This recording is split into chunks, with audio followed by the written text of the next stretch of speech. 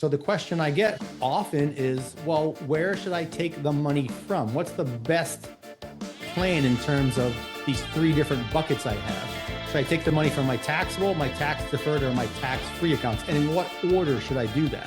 What do you think the best order is to access your money in retirement? Taxable, tax deferred, or tax-free? I'm going to give you a couple of tips while you're thinking about it.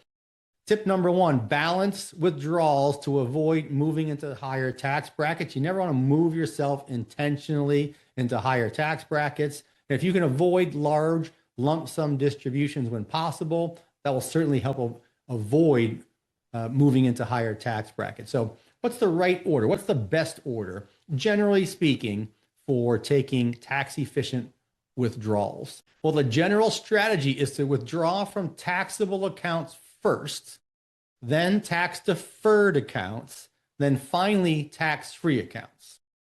I know some of you are thinking, that doesn't make a lot of sense. Why would I want to immediately draw from my taxable accounts and have to pay tax? I'd rather take money from my tax-free account and avoid the tax altogether. That makes sense, right? Well, let's think about it. For those of you who are current clients, you know exactly what this is because you have one of these for your own financial plan. This is a cash flow model. This is a sample client that wants to retire in 2036. They'll take a Social Security a couple of years later, 2038, take their RMDs at age 73 in 2046. And these lines here are tax brackets. This is the 12% bracket, the top of the 22 and the top of the 24% bracket. So this client is going to retire and they're not going to have income because Social Security and RMDs haven't kicked in yet. So they say, Tony, I need income. Where should I take it from? My taxable, my tax deferred, or my tax-free? I say, hey, generally speaking, the best place is taxable. Well, why is that? Well, look, you're in a 12% bracket right now. Let's take taxable income now while you're in that low bracket. Let's pay 12% now versus 24 later. That makes sense, but I still need more than that. Well, if you need more, let's take from your tax deferred accounts. Well, why? I'm still in low brackets. I'm still at 12 or 22% versus 24. I'd rather have you pay the lower tax rate now than the higher tax rate in the future. Well, that makes sense. But if I still need more on top of that, what should I do? Well, then you want to take your tax-free income from your tax-free accounts when you're in the higher bracket to avoid paying that higher bracket.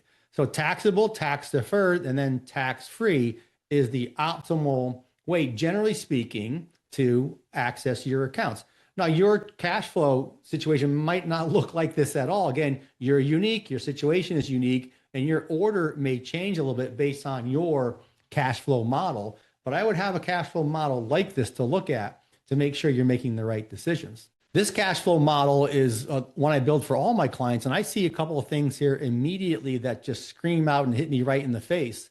I see a lot of green up here in the 24% bracket. Those are all RMDs. That's money that's being forced out of their qualified plans, their IRAs, after age 73, when they might not even need that income or want that income, but now they're having to pay 24% on money they don't even need. That is not good tax planning. What I see down here is a lot of white space. That white space is opportunity for tax planning. So I see opportunity and I see inefficiency